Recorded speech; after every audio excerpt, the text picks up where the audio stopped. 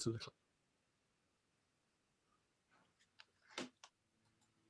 Okay, so shall I go back to the start then? So yeah, and if you just very briefly, you don't need to repeat everything, just very briefly. Okay, sorry about this. Sorry, no problem, Martin. No.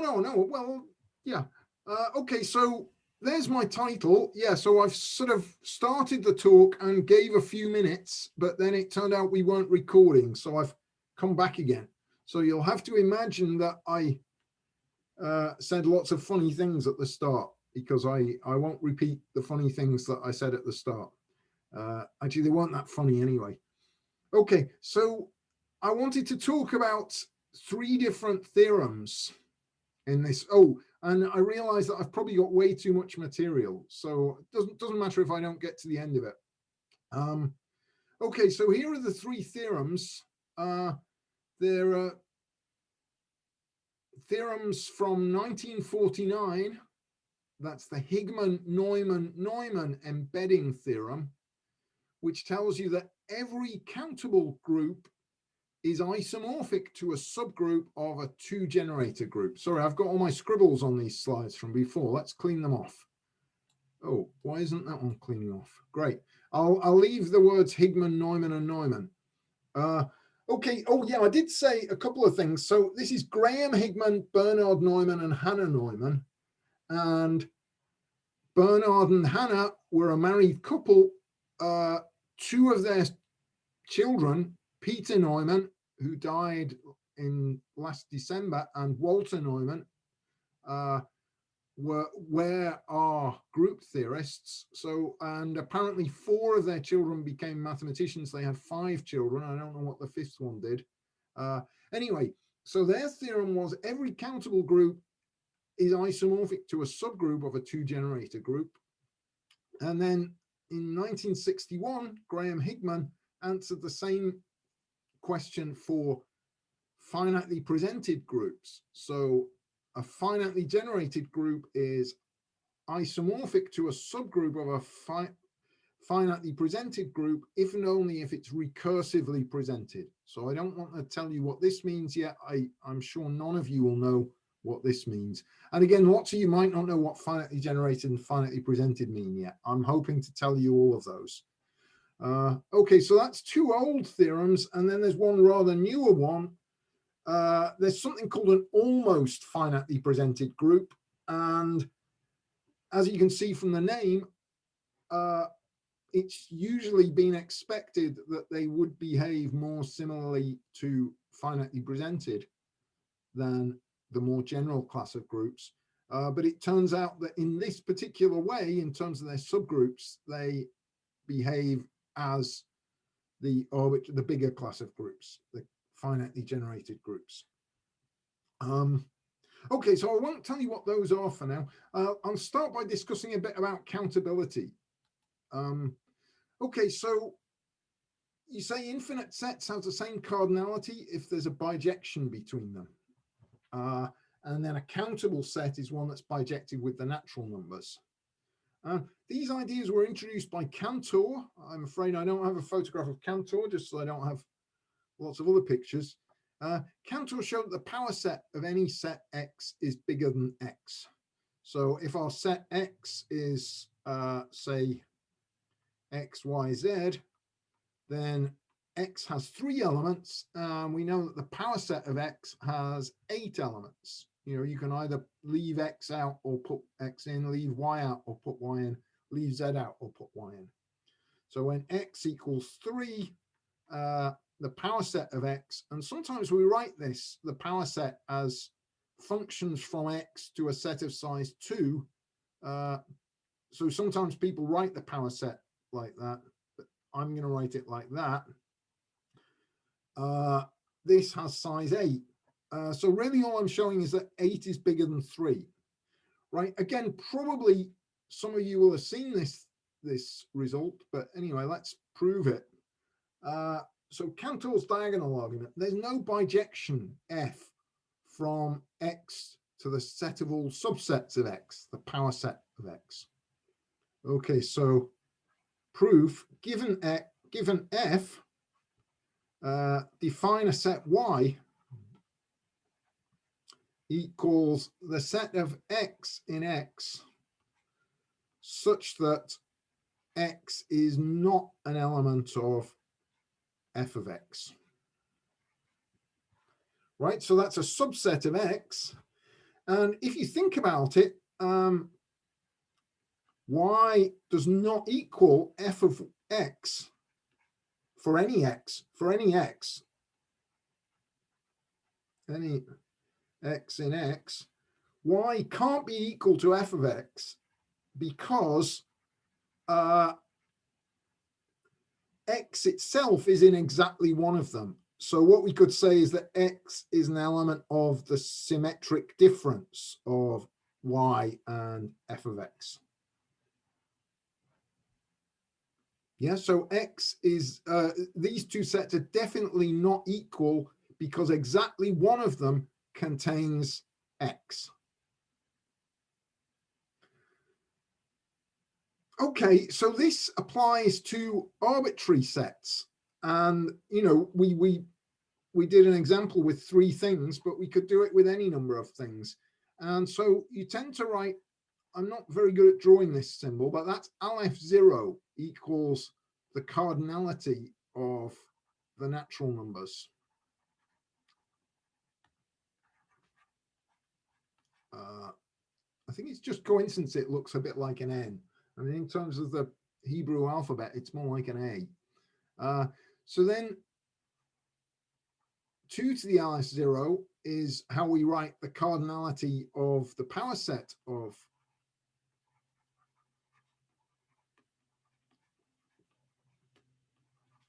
the set of all subsets of the natural numbers. But it's also the cardinality of the reals.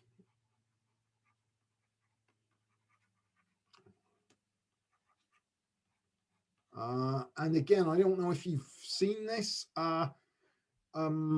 It's not that easy to get an explicit bijection between the set of all subsets of the natural numbers and the reals.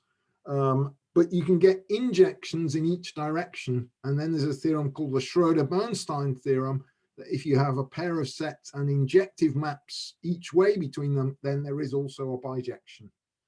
So I mean, you know, that's, anyway, it's not that hard. You probably knew it already.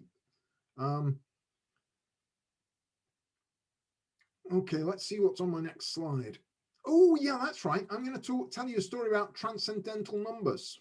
Why not? Yeah, I said I've got too many things that I want to talk about. So let's start by digressing. So transcendental numbers. So an algebraic number, again, this might be stuff you know, it might be not. An algebraic number is a complex number. The ones we're going to talk about will usually be real, but it's a complex number that is a root of a rational polynomial. So a polynomial with rational coefficients. So that's an algebraic number, and a transcendental number means a number that's not algebraic. And of course, various numbers are known to be non-algebraic. E and pi are both transcendental. Yeah, I mean, again, this is nothing to do with my talk, but I think it's not known whether there is, so open problem, is there a 2-variable polynomial fxy with rational coefficients with f of e comma pi? Oh, is there a non-zero? Yeah, sorry, I mean, of course, all of these polynomials are non-zero. Yeah, so equivalently, yeah, are e and pi transcendentally independent somehow? That's not known. Okay, anyway, but a long time ago when these guys were doing it, it wasn't so obvious that there were, you know, I mean, the proofs that these numbers are transcendental are not that easy. Anyway, here's the first construction of a transcendental number. This was Liouville's transcendental.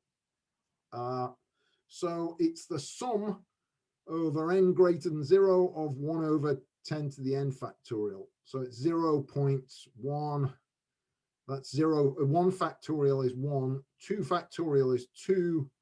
3, 4, 5, 6 is 3 factorial. 7, 8, 9, 10, 11, 12, 13, 14. Well, I guess I can't, you know, and then the 24th one is a 1, and then there's lots and lots of zeros. Yeah.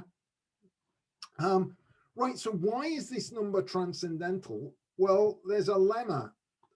Oh, actually, I was going to show you them both on the same page. So if you have an algebraic number, which is not a rational number, so not a fraction, then you can find positive integers.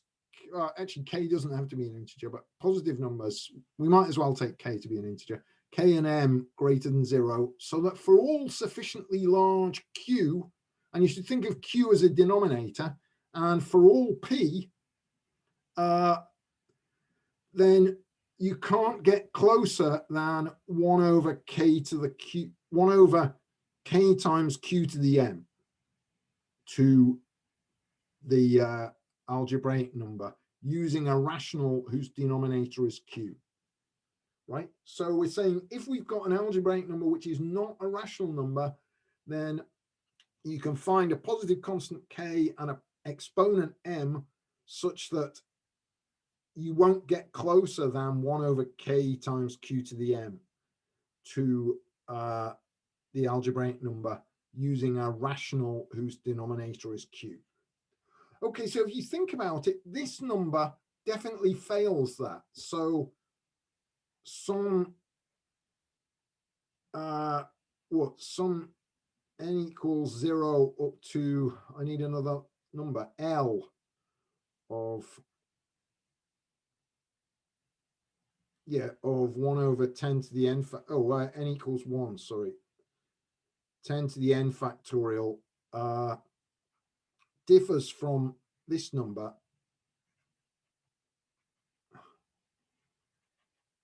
by approximately 1 over 10 to the n plus 1 factorial. And 10 to the n plus 1 factorial is the n plus first power of the denominator of this number. So this is of the form p over 10 to the n factorial for some p, which is, you know, just add up whatever you need to. It's definitely a fraction that needs this as its denominator. But then n plus 1 factorial is the n plus first power of this. So by taking n plus 1 bigger than your supposed m, you're going to get a contradiction. Okay, so yeah, so these numbers definitely aren't going to be aren't going to satisfy this lemma. Okay, shall we prove the lemma? I don't know whether to prove the lemma or not. I was going to prove the lemma.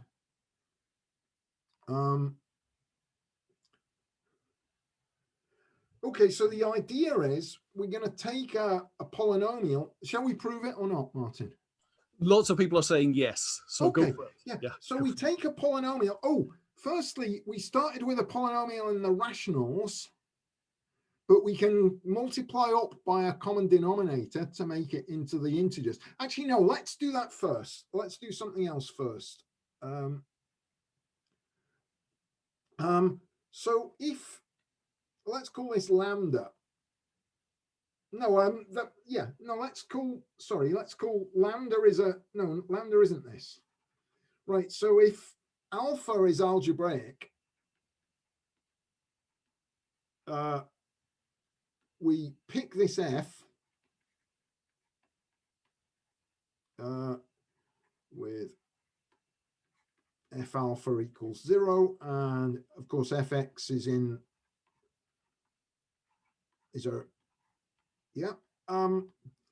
okay, we can assume that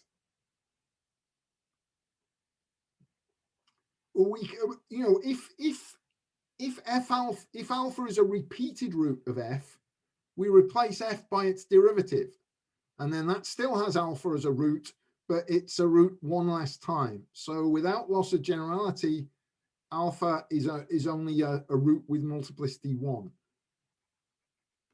With multiplicity 1.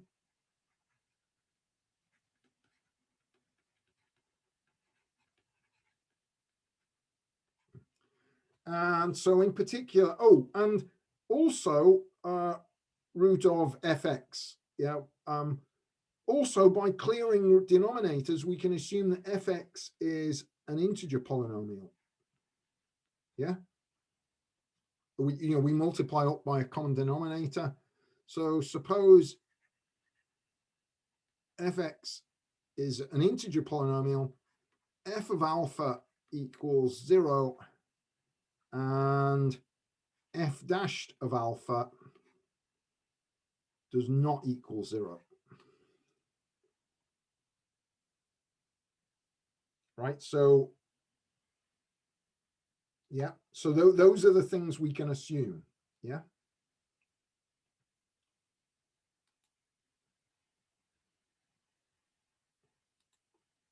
Okay, so now look at given our P over Q. Oh, sorry, let's tell you what M is. Okay, so let M equal the degree of F.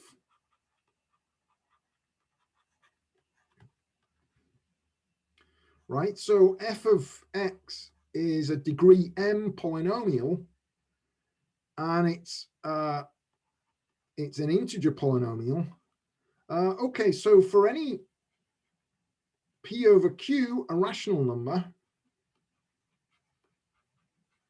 and with coprime don't, yeah, f of p over q is not equal to 0, because we're assuming that, oh, sorry, not f of lambda.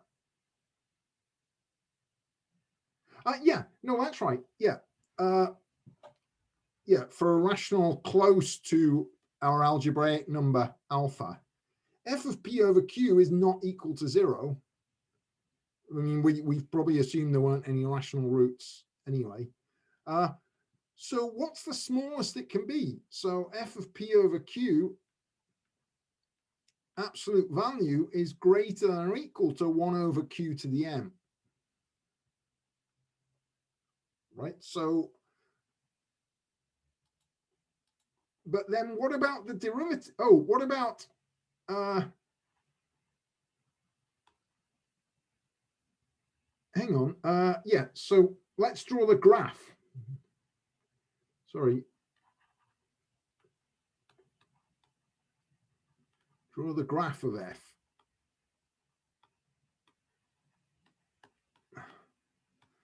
Right, so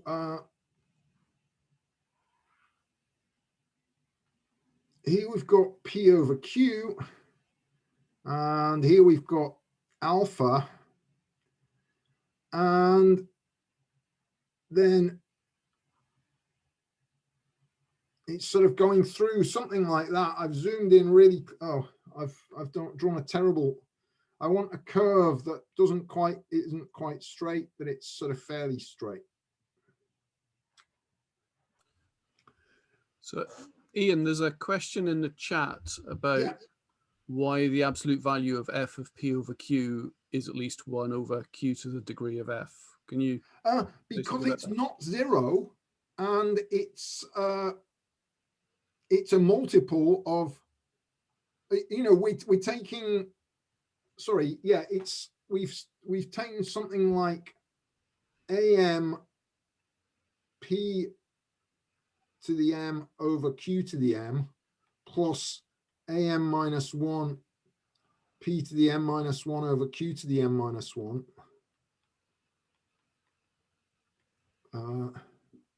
plus a0. So I mean, if you and each ai is an integer, so I mean the biggest, all the denominators we're getting here are factors of q to the m. Yeah, so you can put that as, so you can put that as some big integer expression over q to the m. Yeah, exactly. Yeah. And is your graph really going? Does it have p over q as a root? Oh no, it doesn't. It's thank you. What a good job it has alpha as a root, doesn't it? Let's go this way. Oh no, I wanted to change color, didn't I? Yeah. It has alpha as a root. Okay. And so this distance here is greater than or equal to 1 over q to the m. And so we're going to call the derivative is at least k.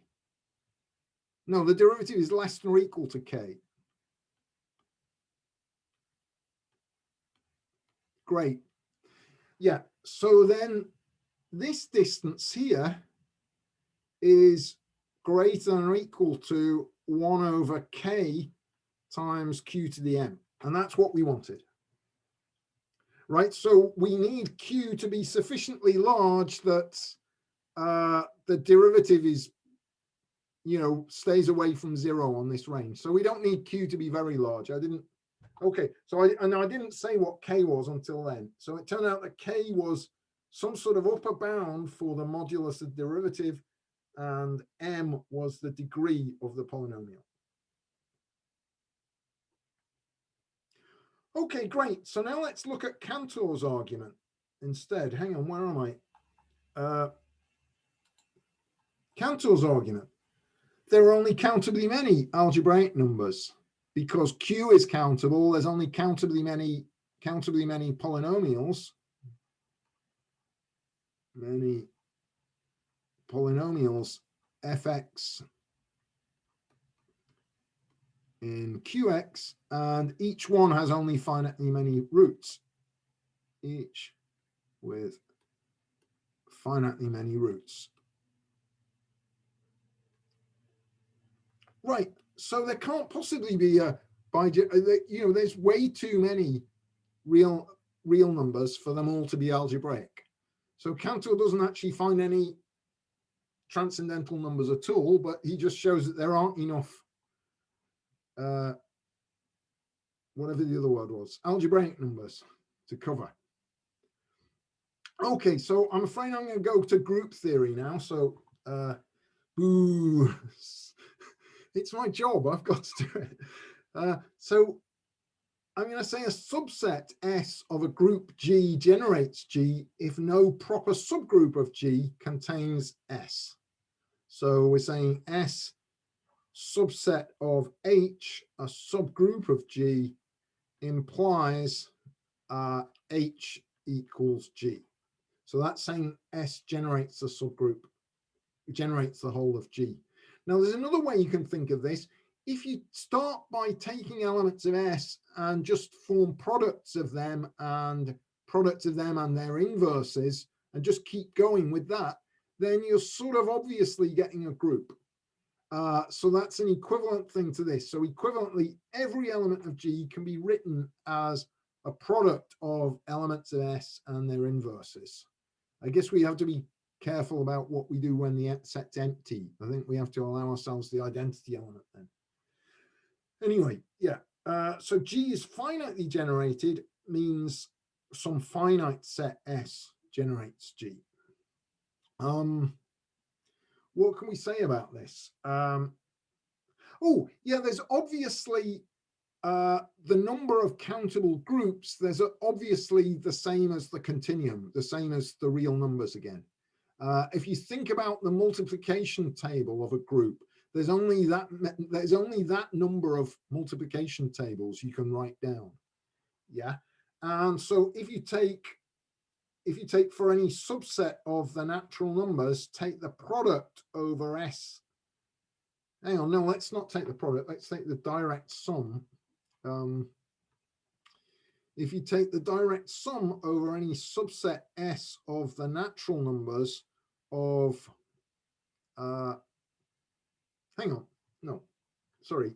I mean, for any subset S of the natural numbers, we're going to take the direct sum of S in N in S of cyclic N. Oh no, let's take it over a subset of the primes. Yeah, take the direct sum of the cyclic groups over all the primes in the set S. Right, that group will contain an element of order P if and only if P is in the subset S. So I mean, it's quite easy to exhibit as many countable groups as there are subsets of the natural numbers, and there can't possibly be many more. So that's how many there are. So we've got another question, Ian, in the chat. Yeah. Does it have to be a real group? What do you mean a real group? So Callum, can you clarify? What I mean is a group consisting of real numbers if there's primes in it. Oh, no, sorry, no, we've forgotten about the numbers altogether. No, a countable group, a group is just a group. No, we've forgotten about the, sorry, I don't know why I did that stuff with the irrational numbers, really. It's nothing to do with the rest of the talk. No, I think that the point, Ian, is you've got P as an element of S, and S is a subset of your group. And if P is a prime... no, sorry, here, S is, sorry, I've changed notation. S is supposed to be, let's call it T. And now T, instead of being a subset of my group, is a subset of the natural numbers. Great. Okay, sorry. Yes. Okay, so this is, I'm just showing you quickly that there are 2 to the LF0 of them. No more, no less. Right, what about finitely generated groups? Let's see if I've got, tell you what, I want to tell you what a finitely presented group is first. So, okay, so G is finitely presented if, firstly, it has to be finitely generated. And I'm thinking of the generators as letters A, B, C, etc. And then we've got a finite list of equations. The first word we think of in A, B, C, etc. is equal to 1. Then the second one is, and then the rth one is for some finite R. And then whenever you've got an equation, some word is equal to 1 in the generators, then you can prove that just by knowing these are many things together with the sort of usual axioms of group theory, right? So that's quite a lot to swallow. Here's some examples. The free group F2, the free group on 2 generators. And again, I like to think of this group in terms of paths. Oh dear, I'm moving I pressed the wrong button there. So I'm going to call my generators, say A and B. Oh, B for blue. Something's gone wrong. And let's say which way around we're going to go. So if I, there aren't any relations here. So, A squared, B to the 7, A cubed, B cubed, B to the minus 2. Well, we can simplify that to A squared, B to the 7, and A cubed, B, just by using group theory, the standard rules of group theory. If we take B to the minus 2 times B cubed, then we can cancel that down to 1 copy of B. But it turns out that all of these words that don't contain any A inverses or BB inverses, they're all different. And they all correspond to totally different ways to get around this tree.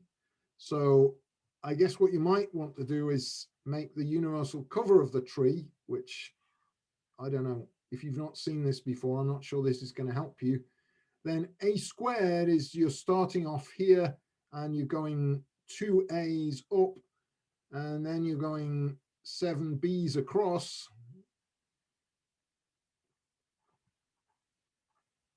And then you're going to go 3 A's up. And then you're going to go 1 B. And you've not got back to where you started with, so that's definitely not the identity element. Okay, so we don't need any relations there. We can deduce all of these words that don't go backwards and forwards over an edge. They're all different elements of the group.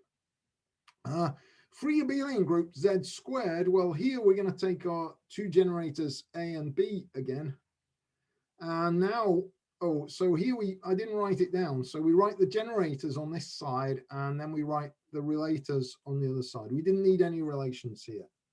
So here we're going to have one relation, which is that AB times A inverse B inverse equals the identity. So we call this bit a relator, or the whole thing a relation. Right, so what's the geometry here? I'm going to put my B's there.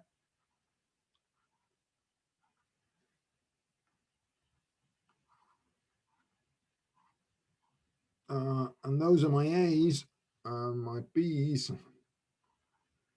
So here, I mean, once you know that A and B, once you have this, oh no, I've done it the wrong way, haven't I? Oh dear, I've made my relator be. Sorry, I should have gone upwards with A first, and then I guess so. And I probably could have started it somewhere else, couldn't I?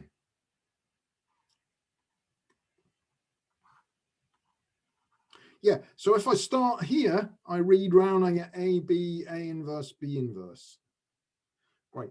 So it turns out that this really is Z squared. So if we want to prove that in this group, say A cubed, B squared, A to the minus 3, B to the minus 2, no, let's do a different, let's do a more complicated one. Hang on.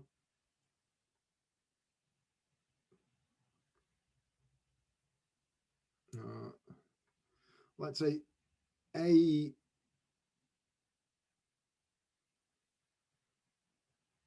B to the minus 1, A to the minus 4, B to the minus 1.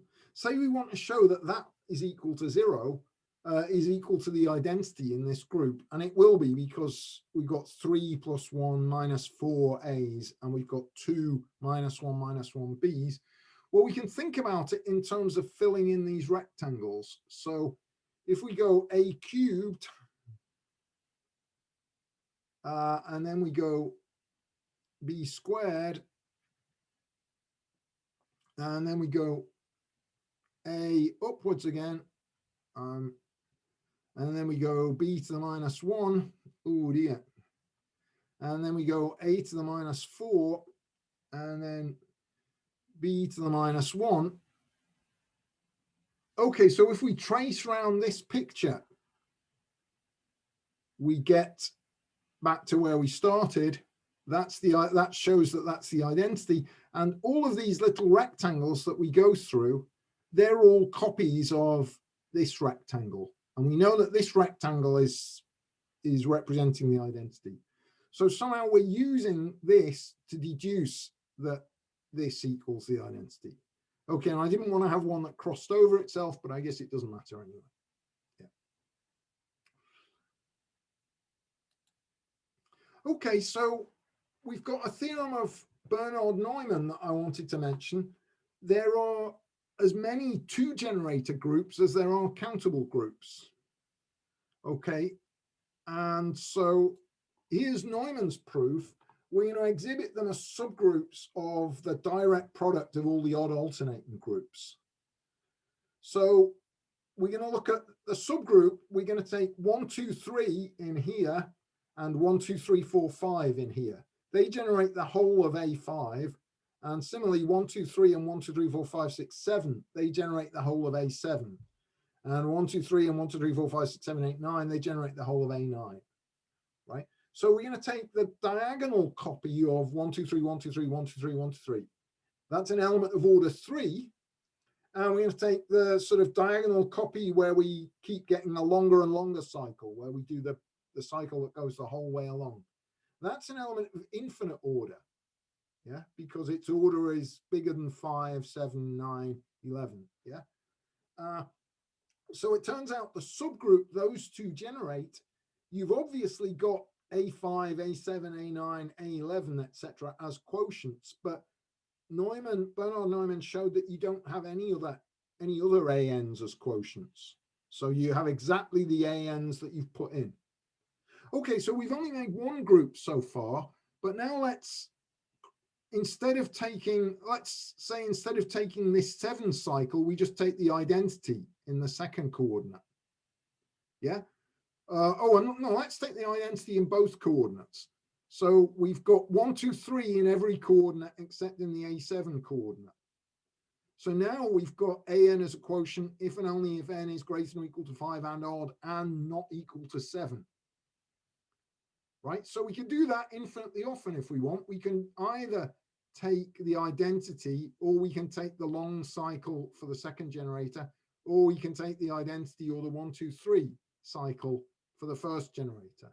So by playing with them, we're getting we're getting 2 to the R0, so as many choices for our 2 generators, and we can tell these groups apart. We can tell which coordinates we've put the identity in, because that's here we could see that we put the 7 in because we don't have A7 as a quotient anymore. Okay, so I wanted to give you a second proof of this theorem, which again, it's not, I don't know, well, I mean, it's sort of closer to things that I do myself when I'm my day job. So okay, so small cancellation. This is a technique that you can use to invent groups that you haven't seen before. So group theorists like it. And so the basic idea is quite easy. If you're given a disk made out of triangles, then I'm going to sum over the interior vertices of the disk. So that's the ones that aren't touching the boundary circle, 6 minus the degree of the vertex. And then over the vertices in the boundary, I'm going to sum 4 minus the degree of the vertex. And this is always equal to 6. Right? So this is an Euler characteristic thing. You know, it's not hard to, well, I guess you can prove it by induction. Start with one triangle. You've got 3 vertices of degree 2, and they're all on the boundary. So that's 3 copies of 2 added together, no interior vertices. Keep going, add more triangles onto your disk. Wherever you add them, you'll keep, this will still be true. Okay, so, and really it's this 6, the reason why it's 6 is that we're measuring angles in multiples of a 1/6 of a circle. Yeah, so this is a sort of Gauss-Bonnet theorem, blah, blah, blah. And the Euler characteristic of the disk is 1, so it's 6 here because it's the length of a circle times 1. Okay. Right, so this has consequences for group presentations whose relators can only overlap in short pieces. Now, we've only seen one relator so far. We saw this relator A, the A, B, A inverse, B inverse, right? So this, if you stick 2 of these next to each other, they fit together along 1/4 of their total length, yeah? In fact, you can't fit 2 of them together along more than 1/4 of their total length unless you actually fit it right on top of itself. Yeah. And that's sort of obviously cheating. Yeah. So you don't want to make a pillow with 2 identical ones. So if you fit 2 of these together, they can fit together along 1/4 of their total length. Right. So we want to think instead about presentations where they can't fit together for 1/6 of their total length. It's got to be slightly less than 1/6 of their total length. Right. Okay, so if you do the same picture that I did for z squared, we're trying to prove that some big complicated word is equal to the identity. We're going to fill it in with my relators. And I guess for simplicity, I'm only going to have 3 of them meeting in a corner. Yeah. So, and these relators are supposed to, oh dear, I've violated it already, haven't I? No, how many? Yeah. Oh, see, I haven't managed to draw. See, I haven't managed to draw a C prime to 6 thing because I've got fewer than, yeah. If it's C prime to 6, each internal vertex, well, maybe it can just about have degree 6. It probably can't though. I think it can't. Yeah. And so what I'm doing is I'm drawing a sort of dual to the, I'm drawing a dual to what we had. So this is the pattern of things. it turns out we're getting at least 2 vertices which have degree at most 3. And we might have more than 2. We might have, we might have vertices that when we draw this disk, yeah. So the corollary there is these 3 bits of this are only covering, well, they're 3 pieces, each less than a 6. So they're covering less than a half of this total thing. So more than a half of it is showing up on the outside. And we're getting that in at least one other place. Let's say we're getting it here as well. So this is more than half of that piece. And this is more than half of that piece. So my picture's slightly deceptive. We might be getting just 2, but then we're getting a lot more than half. Right. Okay, so what word were we trying to read? Well, it might be that we started here on this and then we read round this way. Yeah. I mean, we might have started in the middle of one of these things. But anyway, wherever we started, if we look at a word that is equal to the identity, because it's got this disk telling us it's equal to the identity, it's got a massive piece of one of our standard relators in it. This is more than half the length of one of our standard pieces. Yeah. So if you've got any word in your generators that's equal to the identity in a C'(1)6 presentation, it contains more than half of one of the relators somewhere in it. So then we can cancel that bit, and then we've got a shorter word which is equal to the identity. Yeah, so it's really easy in a C'(6) presentation to see whether you've got the identity or not, because of this property. Okay, so right, so now we're going to have set. Oh, I'm afraid I'm going to have 13 generators. M is the 13th letter of the alphabet. If you think about it, if we take these words, so we're taking a sort of 13 gon, where we write A to the N along one edge, B to the N along the next. These words are going to satisfy a C'(6) condition, because if you try and put 2 of them next to each other, say there's the A's and there's the B's, we're only going to be able to put the A's and the B's next to each other, because if we try and put the C's won't match up.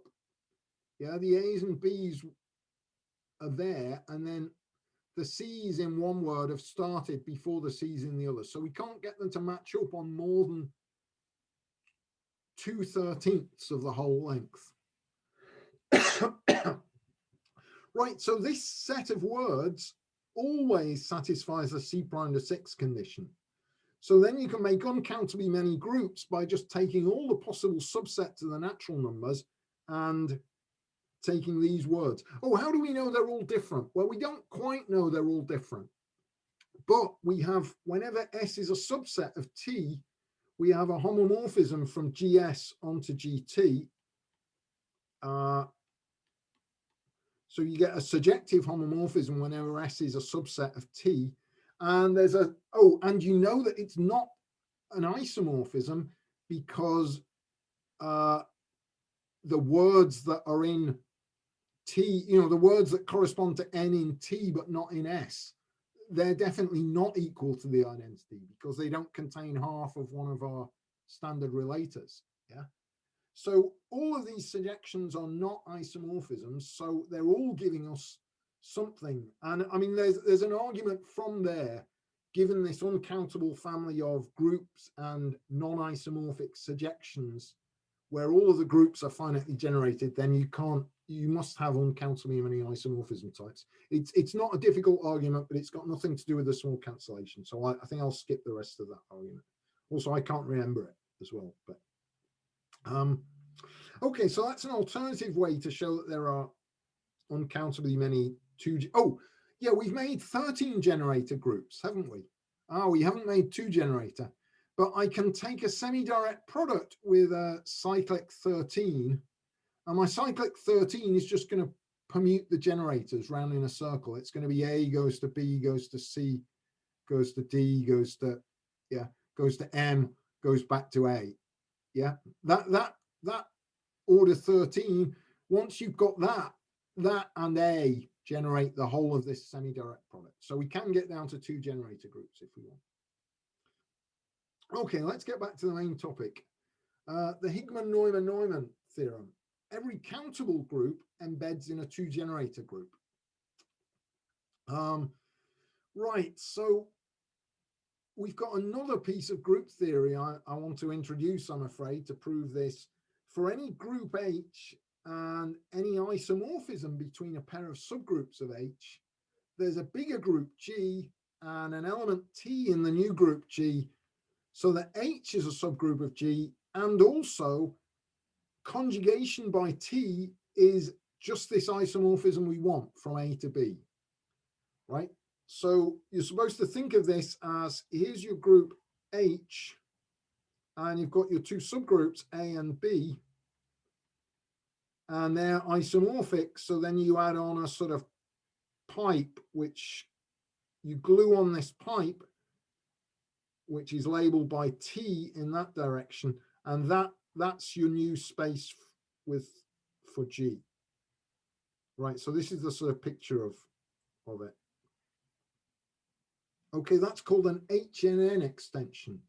And I mean, this idea was introduced in this paper. And as soon as they had this idea, they could do things like this, and they couldn't before. Right, so if you're an algebraic topologist, you often learn about free products with amalgamation, the fundamental group of when you cut a space into 2, you can describe the fundamental group of the whole space as the free product with amalgamation of the fundamental groups of the 2 pieces amalgamating the fundamental group of the intersection. This is the equivalent when you cut it into 1. So if we take this space and we cut it there, then that sort of separates out. It gives us, we end up with these 2. So this is, if you cut a space but it doesn't fall into 2 pieces, you get a way to describe its fundamental group as an HNN extension. Anyway, sorry, that's for people who know what the fundamental group and algebraic topology are. Shall I try and discuss this proof at all? I mean, I'm not sure I should really, because we're going to run out of time completely. But let's say a little bit about it. So here's our original space, our original group rather. But I'm going to think of my group elements as sort of paths in here.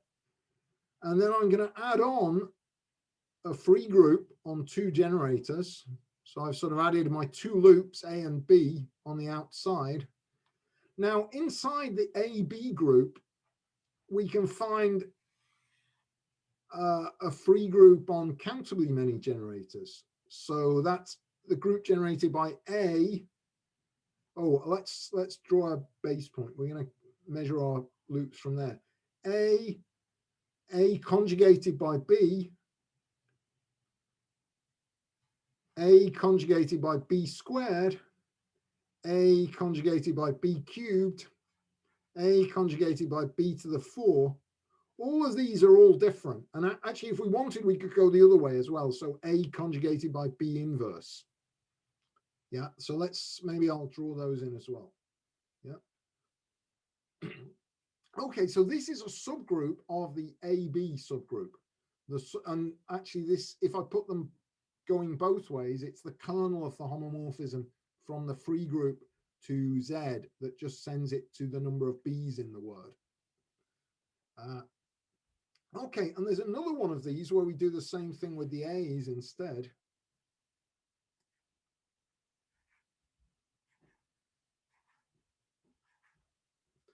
Okay, so now I could take an HNN extension where I just identify one of these groups with the other using my new element. But I don't want to do that. I want to change these elements slightly. Instead of having it multiply just this one be just the B, I'm going to have this one be B times the first element of the other group. This is B times B. This is A, B, A inverse times the second element of that group. This is A, B inverse. This is A squared B, A to the minus 2 times the third element in this group. And these are still generating an infinite free group, right? But so it turns out that when I make the HNN extension where I glue one, so I'm sort of gluing on a sort of infinite thing like this across the interval. When I glue that on to here, I only need the red loop and the new orange loop that goes from one end of this cylinder to the other. So I only need 2 generators now for the whole group, because these green elements are now equal to something like, you know, the third green element is equal to something like b cubed a b to the minus 3 a cubed b a to the minus 3 or something like that. Yeah.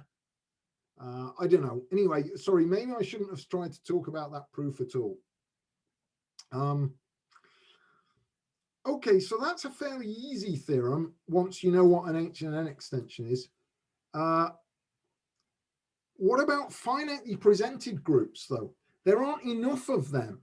So there's only countably many finitely presented group. Each one has countably many elements. So it only has countably many pairs of elements. So together, all of the countably many finitely presented groups, they only have countably many 2-generator subgroups. So they can't all, we know that there's uncountably many 2-generator groups, so they can't all fit inside. Which ones fit?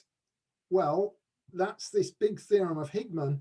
A finitely generated group is a subgroup of a finitely presented group if and only if there's a computer program that if you ran it forever, it would print out exactly all of the equations, word in the generators equals to 1, right? So that's what recursively presented means.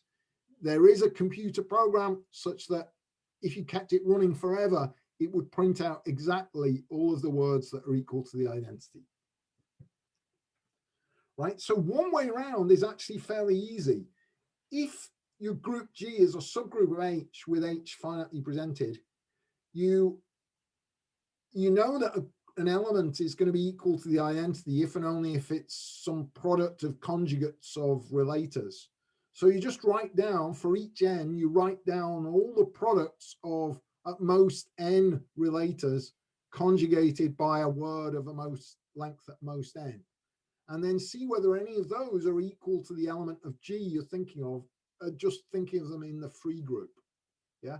So it's sort of, it's not hard to see that if you're a subgroup of a finitely presented group, then you can find this algorithm that will generate all the elements that are equal to the identity, right? The other way around is a lot harder. And this was Higman's massive thing. So Higman's rope trick, you start off asking about all groups, but then you can reduce to a question about normal subgroups of the free group. And then you convert from subset to the free group to subset to the natural numbers. So we're going to let the identity is going to correspond to 0.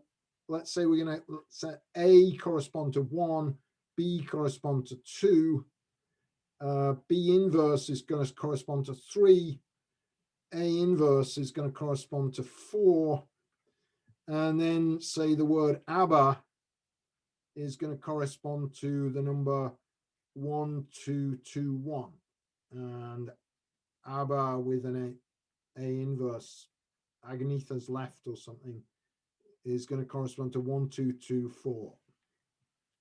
Okay. Right, so that's the Gödel numbering. You convert from subset to the free group to subset to the natural numbers, and then somehow you have to show that recursively enumerable subsets, so subsets that can be printed out by some computer program, can be coded up in finitely presented groups. That's quite a hard bit. Okay, I think because it's almost time to stop, even with the injury time after the recording, I'll just say one more thing about my theorem. So yeah, I don't think I'll even tell you what an almost finitely presented group is. Hang on, what was I going to tell you next? Yeah, no, let's just say, so there was, yeah, the first almost finitely presented group that wasn't finitely presented was created by Besfina and Brady. I won't tell you anything about it, but Besfina and Brady created groups that were almost finitely presented, but not finitely presented. I generalized them, and then my generalized groups depend on a subset of the integers, actually, not a subset of the natural numbers. And so by varying this subset, you get uncountably many.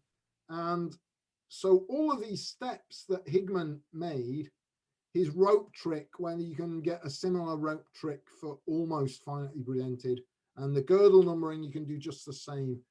And then the fact that you've put in an arbitrary subset of the integers means you can encode subsets of the natural numbers quite easily. So all subsets of n can be coded up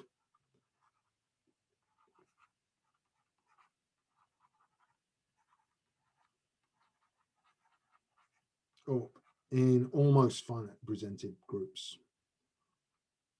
And I haven't left enough room to write that down. Okay, so I'm sorry, I ended up not saying not saying much about what I really want to do, but I hope you, yeah, I hope it was okay anyway. All right, okay, let's stop there, shall we? Okay. Yeah, there are some comments that you've still got a couple of minutes, but maybe in answers to the questions, I'm sure you'll find some more things to say. So firstly, thank you very much for your talk so far, Ian. Yeah, lots of thanks coming through in chat there. Lots of appreciation. Thank you very much for that. A question came up in the chat. So if there are any further questions, then please put those in the chat, but just to pick up one.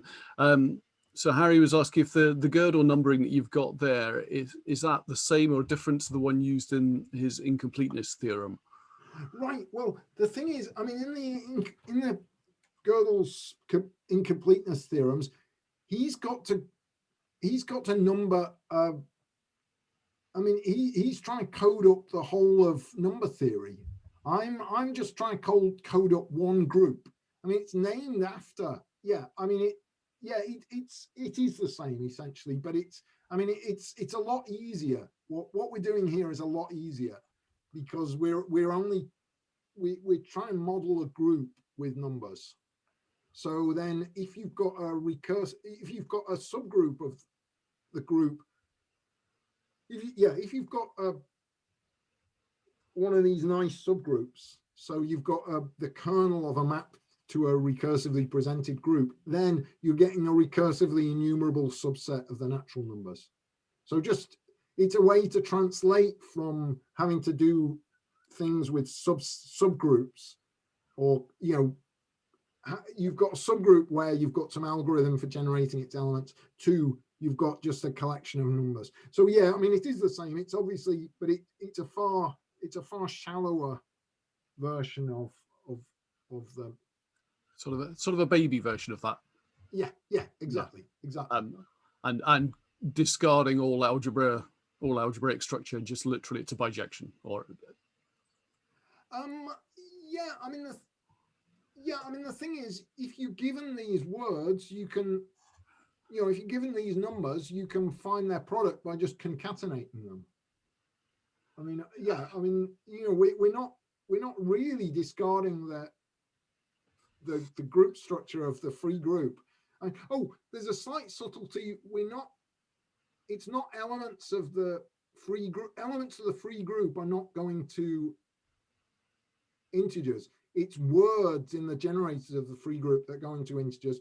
So an element of the free group goes to lots of different integers, but because it's got words that represent it that are not reduced. So yeah, the word A inverse is going to the number 14, whereas the identity is going to the word 0. So they're sort of representing the same element of the group. But I mean, anyway, I mean, we're converting subsets of the free group to subsets of the natural numbers. Yeah. Okay. So there's a little bit of fudging going on, but it works. Yeah.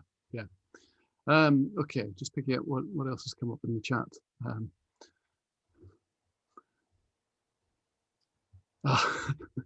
Somebody asking if you take on PhD students. I've got 3 finishing at the moment. So you're looking for 5 more, is it, or 8? Sorry? Are you following a Fibonacci sequence? No, well, having 3 students at the same time has been a bit of a struggle, actually. Yeah, I mean, they've all done very well. I've never seen 7 brides for 7 brothers, but when they were applying for postdocs and things, I imagine that I felt like the parents in that film. There must be like 7 theorems for 7 students. And they were supposed to finish 2 separate years. So 2 of them were supposed to finish a year before the other one, but then the COVID thing took. So I think I'm all out of ideas at the moment. So I'm probably not going to take on any students this year, but maybe the year after I'll be ready again. I don't know. Oh, actually, I should have said. So 2 of them were working on things related to this. So I mentioned these groups, which I didn't say anything about at all. Generalized Bess-Wiener-Brady groups, we've got them depending on a space L, which is a simplicial complex, and a subset of the integers. One of my students was working on when do these groups have some other properties. And another one of my students was working on an entirely different construction of groups, a bit like this, that we don't have to call generalized Bess-Wiener-Brady groups because they depend more on small cancellation. And the third student was doing something fairly different. Okay. Right. There's one other question's come up in the chat. Callum has put an absolutely fantastic but very broad question. Is there some kind of topology of groups? And he's saying that's coming from when you drew a pipe between 2 subgroups in your picture. So, sorry, Martin, you went quiet then. Is there some kind of topology of groups? And that's referencing the HNN construction where you put a pipe between 2 subject groups. Right. Yeah. Well. Yeah. I mean, so I do the sort of group theory that only topologists would care about. Yeah. So, I mean, and in a sense, all this stuff about presentations, you can think of it as it's. I mean, I don't know if the questioner has done a course on algebraic topology. So you know, there's something called the fundamental group of a space. So the fundamental group of a space X equals the homotopy classes of based loops. Oh, and we should have put a base point in there. Classes of based loops in X.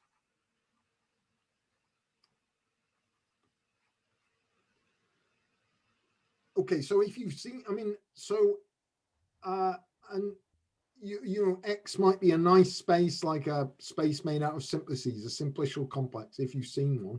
So every group is the fundamental group of a space. Every group is pi on X for some nice X, some simplicial complex X, infinite possibly.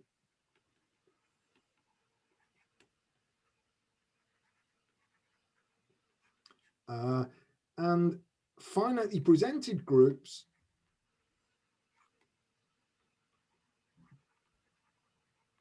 is the same thing as pi1 of a finite simplicial complex.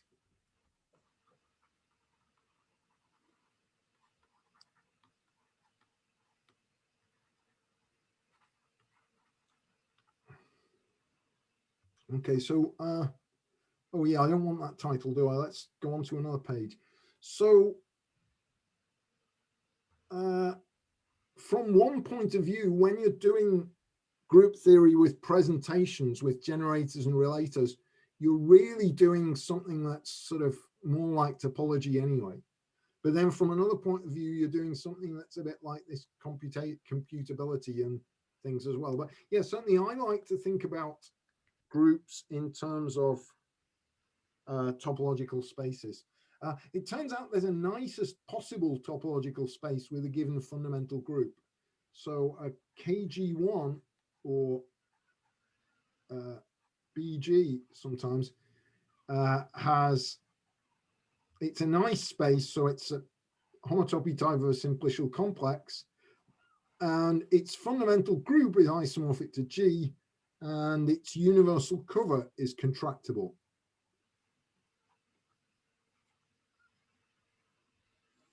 Is contractible.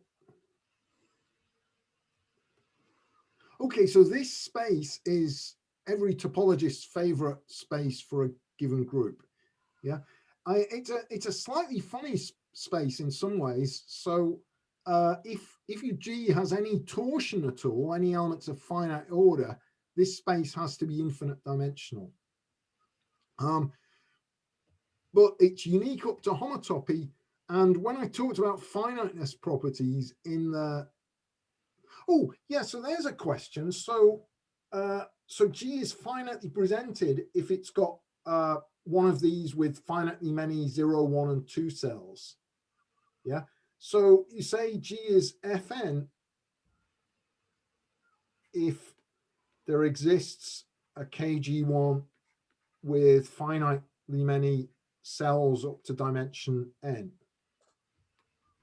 And of course, it can't be simplicial if it's got to be slightly more general space, because otherwise you're going to need extra 0 cells to add on a big cell anyway. Of dimensions 0, 1 up to n. So there's a question: does every finitely presented group embed in a group of type F3? Every so finitely presented group embed in F3, an F3 group. Nobody knows. Nobody knows an obstruction. I was hoping that my new result might shed some light on questions like this, but I don't think it does actually. It just makes a new question that's sort of related. So yeah, yeah, definitely. I'm doing topology when I'm doing group theory. Yeah, I think I should stop failing to answer that question now. Probably shouldn't I? But, well, it's a question where there is so much to say. There's a very, very rich theory relating topology to groups, using topology to study groups, parallel to using groups to say something about topology. Okay, a couple more questions have come in. So next one, did the Besfina-Brady group originate to be an example of the theorems you're talking about? well, I mean, the big question was, I'm almost going to say what's almost finitely presented. Let's say what almost finitely presented is. At last. So the thing is, you need to know about the group algebra. Okay, so the elements of ZG, the group algebra, are finite sums where you've got an integer times a group element, and you add them in the obvious way. So if you keep the same coefficients and add the group. So it's like the free abelian group with basis G, but then you can also multiply them. So if you've got NG times MH, then that's NM times the group element GH. Yeah. So if you want to multiply a more general thing, you multiply all the monomials separately and then you collect together similar terms, right? So example, if G is infinite cyclic, so if G is, say, the free group on one generator A, then ZG is just the Laurent polynomial ring. Yeah, so elements are just the same thing as Laurent polynomials in A. Right, but of course, in general, this isn't a commutative ring.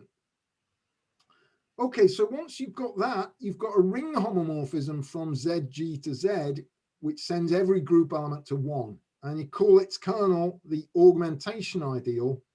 It turns out that the augmentation ideal is finitely generated as a left ideal if and only if G is finitely generated.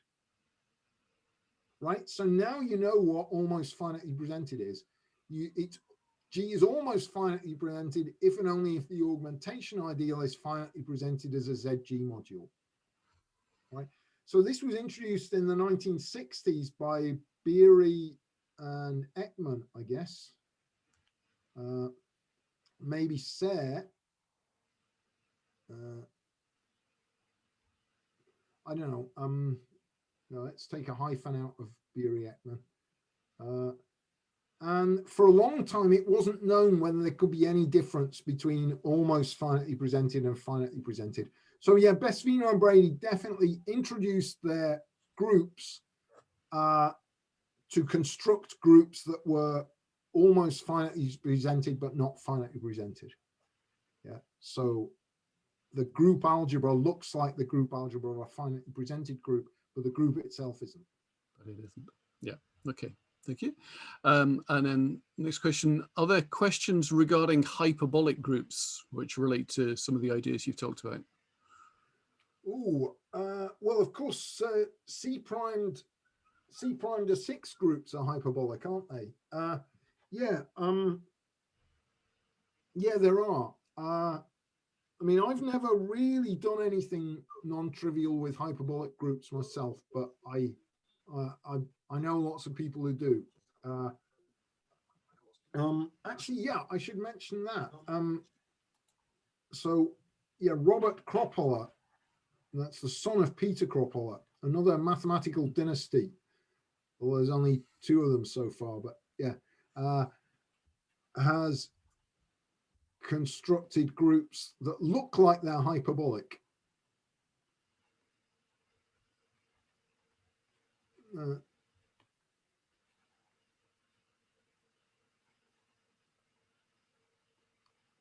But aren't. Or no, look like subgroups of, yeah, look like subgroups of hyperbolic groups, but aren't.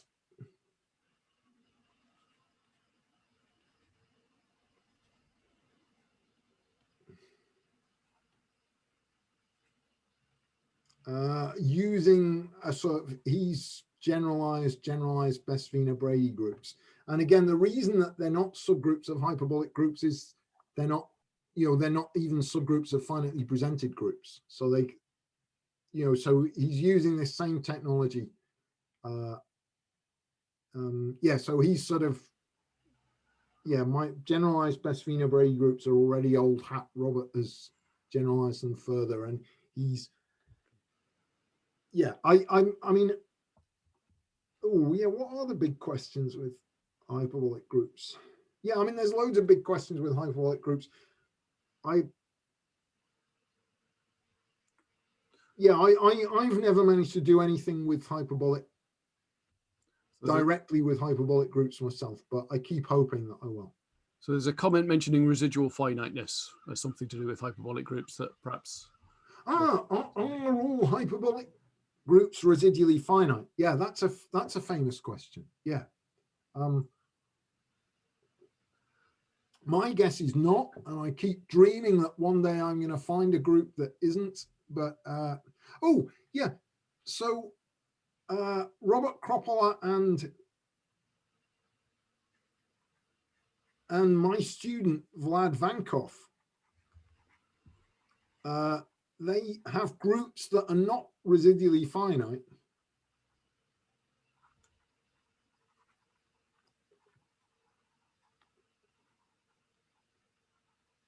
I think, hang on, I might be messing this up. And they look a bit like they're hyperbolic, but they're not. Look a bit like hyperbolic groups.